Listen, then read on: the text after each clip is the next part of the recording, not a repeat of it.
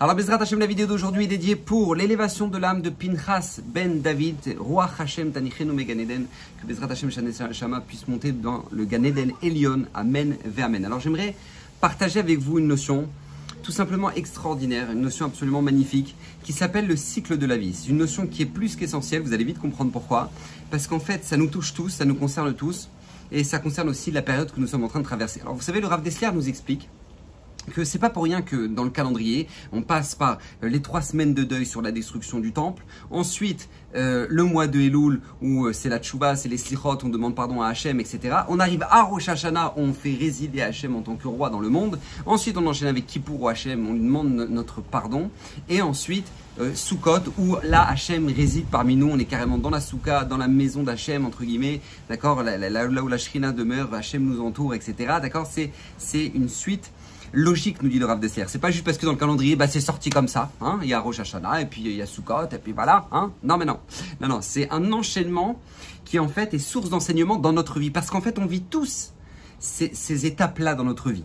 L'étape de la destruction du temple, c'est-à-dire qu'on a tous une période dans notre vie, ou des périodes, parce qu'on passe tous des périodes comme ça dans notre vie, où il y a une espèce de destruction. Hachem nous dit dans la Torah, Ve'asuli migdash, ils me feront un sanctuaire, Ve'shachanti betocham, je résiderai parmi eux.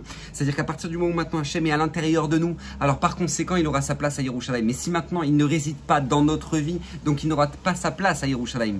Donc en fait, Akadosh Baruch Hu veut avant tout qu'il réside parmi nous. Et on a tous des moments où maintenant, on est tombé, on a chuté, on s'est énervé, on s'est retrouvé dans une situation où maintenant on n'aurait jamais voulu vivre cette situation-là. Et une espèce de destruction comme ça qui nous fait énormément de mal, une espèce de Tisha B'Av dans notre vie, dans laquelle maintenant on en souffre. Et c'est pour ça que juste après ces périodes de 3 semaines, vient la période de Elul. Elul, c'est quoi? C'est la remise en question. C'est lorsque maintenant on fait des sirotes, on demande à Hachem qu'est-ce que j'ai pu faire, on cherche dans nos actions, on intériorise, on se lève plus tôt pour se poser les questions, on se dit mais qu'est-ce qui a pu faire que j'ai bugué dans ma vie, que j'ai pu rater telle ou telle chose, ou que cette année il m'est arrivé telle ou telle épreuve, etc. etc. Donc ça c'est la remise en question de Elul, et qui nous fait arriver à la conclusion que Rosh Hashanah, bien évidemment, quand on recherche, on fait une introspection et qu'on recherche quelle est la véritable source de tout ce que nous sommes censés faire, c'est tout simplement la proximité avec le maître du monde, la proximité avec celui qui dirige notre vie, qui peut tout faire pour nous, qui peut tout changer dans notre vie. Donc ça c'est Rosh Hashanah, et ensuite Kippour, où une fois qu'on a compris la grandeur d'Hachem, donc par conséquent on peut se remettre en question et demander pardon pour le décalage qu'il y a pu avoir entre ce que nous on pensait faire bien et le véritable service qu'on est censé faire. Et ensuite on arrive à Sukkot où Hachem carrément nous prend dans les bras, d'accord, à l'image de la souka, où maintenant il y a 2 côtés et demi pour qu'elle soit cachère, à l'image du bras, où Hachem nous prend dans son bras, dans la souka, et Akadosh Baruch Hu nous aime, nous fait ressentir combien il nous aime, parce qu'on a eu cet état d'esprit, parce qu'on a eu cette remise en question, et qu'il nous aime, Baruch Hachem, parce que on est ses enfants, ou d'où Hachem qui tombe. Et donc du coup ces périodes-là, en fait, ce ne sont pas juste un enchaînement dans le calendrier, mais c'est un enchaînement de la vie. Et en fait, ce que j'aimerais, le point sur lequel maintenant j'aimerais m'attarder un petit peu aujourd'hui, c'est tout simplement comment on en arrive justement à des moments de chute, des moments de destruction, des moments où maintenant de tristesse dans notre vie, des moments terribles. Alors pour ça, il faut tout simplement analyser la manière avec laquelle le Beth Amikdash, le temple, a été détruit. C'est très intéressant et c'est extraordinaire. Il y a eu 3 étapes dans la destruction du Beth Amikdash. La première étape, ça a été le jeûne du dit Tevet. C'est quoi? C'est lorsque les troupes de Nabuchodonosor, de Nabucodonosor, ont entouré Yerushalayim. Le deuxième jeûne, c'est celui qu'on vient de faire là ce jeudi, qui était le jeûne du 17 Tammuz, qui est le jeûne où maintenant tout simplement on a une véritable remise en question, parce que là maintenant, pas juste que les ennemis ont entouré Yerushalayim, mais là, tac, il y a eu ce qu'on appelle la première brèche, ils sont rentrés dans Yerushalayim, ils ont réussi à pénétrer dans la ville sainte. Et là, dans moins de 20 jours maintenant, la destruction du Beth Amikdash avec Tisha B'Av. Et en fait, en réalité, ces 3 étapes-là sont source d'enseignement pour nous. Et c'est essentiel, parce qu'en fait, c'est pas pour rien une nouvelle fois que ça s'est passé, qu'on jeûne. Ah là ils nous ont entourés, alors ils nous ont entourés, alors viens on va faire un jeûne. Hein. Et puis là ils ont cassé la brèche, alors ils ont cassé la brèche, on va faire un deuxième jeûne. Et puis là maintenant, là c'est la destruction, on va faire un autre jeûne. Hein. Non mais non, c'est pas pour ça. C'est parce qu'ici, nos chachamim, nos sages veulent qu'on apprenne un enseignement extraordinaire dans notre vie. Que l'on sache que lorsque maintenant il y a ce qu'on appelle une destruction dans notre vie, c'est forcément qu'elle a été faite par étapes. C'est-à-dire que si jamais maintenant on arrive à un Tisha B'Av, ou maintenant par exemple ça peut être un divorce, ça peut être qu'on ne finit par même plus faire Shabbat, cache-route, plus rien dans notre vie. On en arrive à faire des choses qui sont des valeurs essentielles dans notre vie, qu'on arrive à les transgresser parce que tout simplement, on en arrivait à ne plus, justement, à ce que ces valeurs ne soient plus suffisamment importantes pour nous. Ou encore un gros moment d'angoisse dans lequel maintenant on a des crises d'angoisse, on n'est pas bien du tout, on n'arrive pas à dormir la nuit, etc. D'accord? Toutes ces situations-là qui sont des situations, entre guillemets, destructives dans notre vie, pour qu'elles soient arrivées à cette étape-là, c'est forcément qu'il y a eu des étapes auparavant. Et ça, c'est extrêmement important parce que c'est ça le véritable message qu'on ne doit jamais oublier. C'est forcément qu'auparavant, il y a eu des étapes, il y a eu ce qu'on appelle l'installation de l'ennemi. C'est-à-dire que la première étape, c'est quoi? C'est lorsque tout simplement l'ennemi encercle Yerushalayim. Si maintenant on est arrivé, par exemple, quelques années plus tard, à une angoisse totale dans notre vie, on dort plus la nuit, on n'arrive plus à respirer, on a des crises d'angoisse, c'est forcément qu'il y a quelques années, c'est créé ce qu'on appelle la première peur, où l'ennemi s'est installé autour de notre ville. Ensuite, la deuxième brèche, ça va être lorsque maintenant, il va y avoir on va être entouré de gens particulièrement stressants et angoissants. Et ensuite, on en arrive à l'angoisse totale, on n'est pas bien, on est perdu dans notre vie, on ne sait plus quoi faire. Ça, c'est le Tisha B'Av. C'est forcément qu'il y a eu 3 étapes. Pareil qu'une personne qui mangeait cachère et qui ne mange plus cachère. C'est pas venu du jour au lendemain. Vous savez que le Satan, il vient pas avec un gros camembert et te dit oh, tiens, vas-y, camembert, pas cachère, ça te dit? Je lui dis mais laisse-moi tranquille, moi je mange cachère, tu rigoles quoi? Non, c'est venu par étapes. Au début, tu t'étais dans une ambiance de travail où maintenant personne mangeait cachère. Ensuite, tu t'es retrouvé dans cette ambiance de travail où toi tu ramenais tes petits plats. Et puis un jour, il y a eu la première brèche où tu as oublié de ramener ton plat pour manger le midi. Et que là, tu as ou un ami qui t'a dit non mais c'est bon, allez vas-y mange, c'est cachère, et t'as commencé à manger. Après t'as dit bon bah ça va, on peut commander des trucs ensemble, et bam, t'arrives à Tisha B'Av où après tu peux ne plus manger cachère du tout. En fait tu crois que c'est arrivé comme ça, ben non, ben c'est un choix personnel, moi je pense que c'est pas important. Non. Et c'est pareil pour quelqu'un qui fait pas Shabbat. Mais moi je fais Shabbat, mes parents font Shabbat, je ferai toujours Shabbat, mais on n'en sait rien. Parce que moi j'en vois par exemple, il y en a qui rentrent à l'armée ou qui se retrouvent à l'université et qui se retrouvent dans des situations très compliquées où ils sont entourés de gens qui ne font pas Shabbat. Et eux ils se disent mais non, moi je vais faire Shabbat, mais t'inquiète pas. Et là t'as tout le monde qui fume Shabbat, t'as tout le monde qui sont dans leur téléphone Shabbat, etc. Et toi t'es dans cette ambiance là à chaque fois. Et à la fin, tac, il y a la première brèche. On te dit ça va, détends-toi, juste regarde la vidéo, regarde, je te la montre, tu cliques sur rien, regarde, juste je te montre, regarde, ça c'est pas grave, je te la montre, regarde. Et toi, tu commences à regarder. Après, tu dis, bon, si je regarde, alors pourquoi pas? Et puis après, tu commences à fumer. Et après, tu commences à... Et jusqu'au Tisha B'Av, où il y a la destruction complète, où on ne fait plus du tout Shabbat. Les gens pensent, et c'est notre erreur, on pense que maintenant, on s'est retrouvé dans une situation comme ça parce que voilà, c'est un choix. On y a réfléchi, voilà, on a décidé. Mais il faut savoir que c'est pas du tout comme ça que ça fonctionne. Il faut savoir que c'est pas du tout comme ça que ça fonctionne. N'oubliez jamais cette règle que nous dit le Baal Shem Tov. Le Satan, il peut se donner 10 ans pour détruire une personne. Pour lui faire un Tisha B'Av dans sa vie. Le Satan, il peut se donner 20 ans, 30 ans. Mais il se dit, au bout d'un moment, je l'aurai détruit. Vous savez, le Baal Shem Tov, il donne un exemple extraordinaire qu'on ne doit jamais oublier. Je vous conseille de raconter cette histoire-là autour de vous, à vos enfants, à vos proches, parce qu'elle est très très parlante. Il dit une fois, il y avait un pauvre. Un pauvre, il était dans la rue.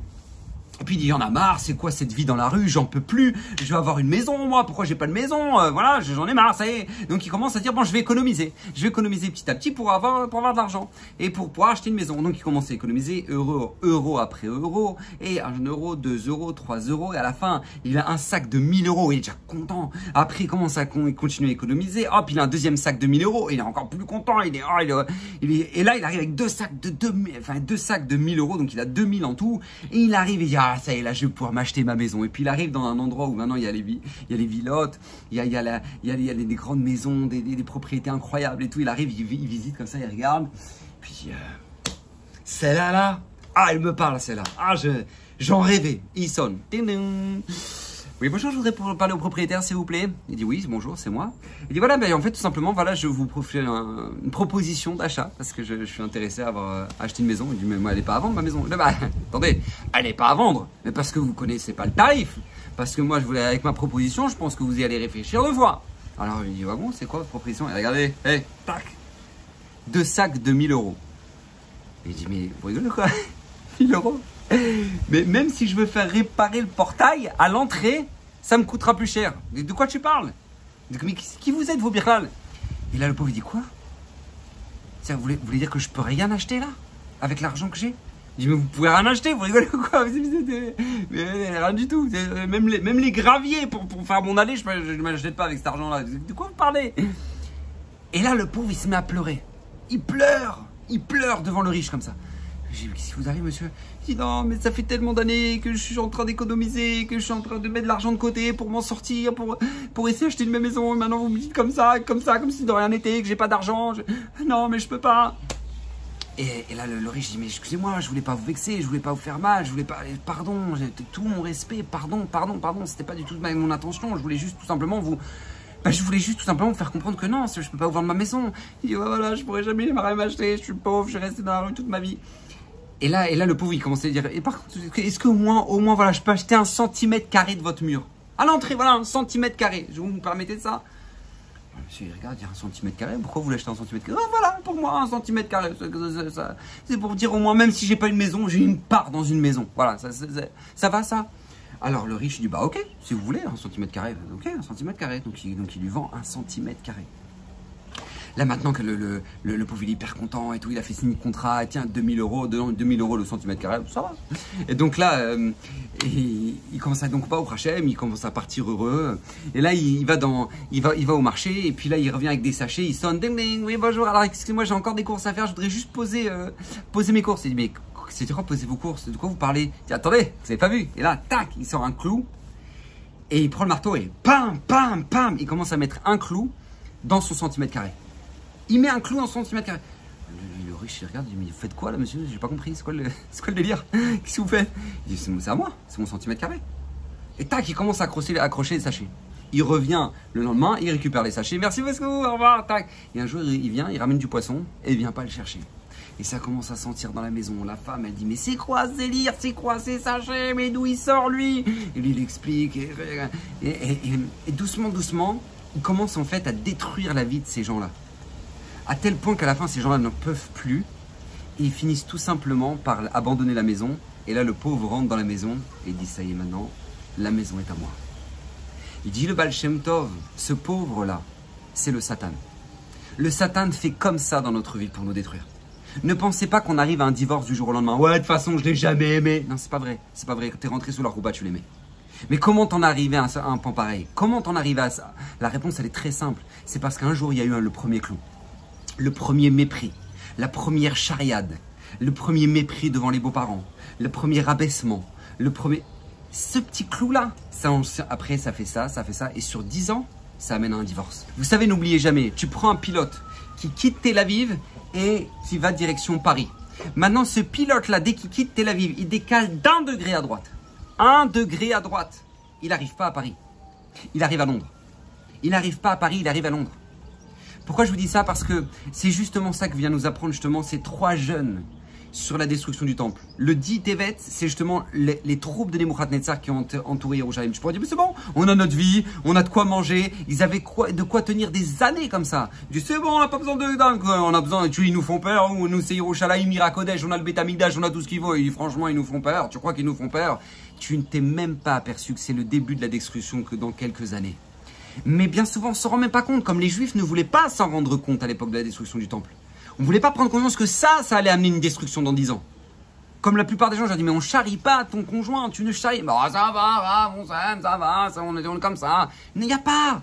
Il n'y a pas dans le couple, on fait jamais une chose pareille. Tu commences pas, c'est pas parce que tu pars en vacances que tu commences à dire, oh ben ça va, pour la cache-route, on pourra s'arranger. Mais cette faille-là, que tu n'as pas l'impression, mais dans 3 ans, tu sais pas où est-ce que ça peut t'amener. Tu ne sais pas. Et c'est ça tout justement, ça que la Torah vient nous avertir. C'est-à-dire que si tu te retrouves à un Tisha B'Av dans ta vie, c'est forcément qu'il y a eu un 10 Tevet avant. Et ensuite, ce 10 Tevet, ça a amené un 17 Tammuz. Il y a eu la première brèche. Et après, tu te dis, bon, Beth Amikdash, il est encore là. Eh ben non, à la fin, ça amène la destruction du Beth Amikdash. Et c'est justement ça, cet état d'esprit qu'on doit essayer d'ancrer en nous, de se dire, s'il y a eu cette étape-là, terrible dans notre vie, d'un 9 Av, où maintenant il y a eu plus de Shabbat, plus de cache-route, peu importe dans notre vie, des angoisses, peu importe. Ce que nous on considère comme un Tisha B'Av dans notre vie, c'est forcément qu'avant il y a eu ces 2 étapes. Donc n'oublions jamais Bezrat Hashem, que Bezrat Hashem on puisse tous se renforcer dans ce domaine-là. Et à l'image de ce pauvre-là qui vient pour acheter son centimètre carré, lorsque Satan se présente à nous, on négocie pas, on le prend et on le jette. On le prend et on le jette. Tu laisses pas la première place. Tu ne le laisses pas mettre le premier clou. Tu le prends et tu le jettes de la maison avec toute ton énergie comme il le faut pour ne pas que ce 10 Tevet arrive à un 17 Tammuz puis un Tisha B'Av. C'est comme ça que Bezrat Hashem, on peut éviter d'arriver à cette destruction-là. Et c'est ça, ce travail-là qu'on doit faire pendant cette période-là, où on n'est pas juste en train de pleurer sur un Beth Amikdash qui a été détruit il y a 2000 ans, mais essentiellement sur notre Beth Amikdash qu'on a peut-être détruit cette année. Parce que comme ça nous dit la Gemara, toute année où le Beth Amikdash n'a pas été reconstruit, c'est comme si cette même année il a été détruit. Donc nous, c'est acquérir cet état d'esprit-là, cette réflexion-là, de se poser la question, et comme pour que Bezrat Hashem, ensuite on puisse enchaîner le mois des Loul avec Rosh Hashanah et avec Sukkot, Bezrat Hashem, vivre avec Akadosh Baruch Hu, et que Bezrat Hashem, qui nous puisse venir très prochainement, Amen Amen, et que Bezrat Hashem, toutes ces paroles de Torah soient pour l'élévation de l'âme de Pinchas ben David. Amen Amen.